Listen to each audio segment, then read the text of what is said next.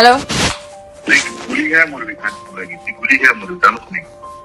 হ্যাঁ, খানকি মাগি তো দোলার ভিতরে গুলি করে দেবো সব পানি মাগি। ঠিক আছে। গুলিটা করতে হলে তো আপনার দেশে আসতে হবে। দেশে আসেন, দেশে এসে গুলিটা করেন, দেশে এসে ফোনটা করেন, সামনে এসে কথাটা বলেন। খানকির বাচ্চা, তুই কারে গালি দেয়? তোর কি খারাপ কথা কইছে? তোর কি খারাপ কথা কইছে সন্ধ্যা? তারপর আপনার পরিচয়টা বলেন না, পরিচয়টা বলেন। এইসব এইসব এইসব ইন্টারনেট দিয়ে ফোন টোন দিয়ে আগে নামটা বলেন। নিজের নাম বলার এখতিয়ার নাই, আবার হুমকি দেন মারাজ খানকির ছেলে বাজ্জাত।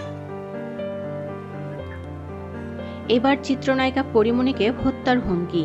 কে দিলেন তাকে হত্যার হুমকি? বন্ধুরা, বিস্তারিত জানতে ভিডিওটি না টেনে শেষ পর্যন্ত দেখতে থাকুন। আর একটি বিশেষ অনুরোধ, দয়া করে আমাদের চ্যানেলটিকে সাবস্ক্রাইব করে পাশের বেল আইকনটিতে ক্লিক দিয়ে রাখুন, যাতে সব ধরনের আপডেট খবর সবার আগে আপনি পেয়ে যান। জানা যায়, ফোন কলে হত্যার হুমকি পেয়েছেন ঢাকায় সিনেমার চিত্রনায়িকা পরিমণি। কেউ একজন বিদেশ থেকে একটি অজানা নম্বর থেকে এই অভিনেত্রীকে ফোন করে হত্যার হুমকি দিয়েছেন। হুমকি শুধু নয়, অভিনেত্রীকে অকথ্য ভাষায় গালিগালাজও করেছেন। আর সেই কথোপকথনের একটি ভিডিও অডিও ক্লিপ সহ তার পেজে পোস্ট করেছেন তিনি। ফোনে আসা নম্বরটি কান্ট্রি কোড মিলিয়ে দেখা যায় কলটি ছিল কিউবা থেকে।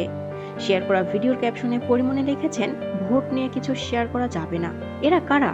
সঙ্গে ক্যাপশনে তিনি বাংলাদেশ আর্মি, সিআইডি, পুলিশ এবং বাংলাদেশ পুলিশের অফিসিয়াল পেজগুলো মেনশন করেছেন।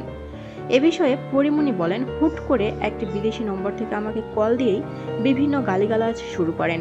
পাশাপাশি ভোট নিয়ে কিছু বলা ও সোশ্যাল মিডিয়ায় কিছু শেয়ার করা যাবে না বলে আমাকে হত্যারও হুমকি দেন। এরা আসলে কারা? এরা কোথায় থাকে? কোন দেশে থাকে? এরা কেন সামনে আসে না? এদের কারণেই হয়তো বাংলাদেশে এত খুন খারাপি চলে। এদেরকে প্রকাশ্যে আনা উচিত। আশা করি বাংলাদেশ আইন শৃঙ্খলা বাহিনী এদের খুঁজে বের করবে এবং কঠোরতম শাস্তি প্রদান করবে।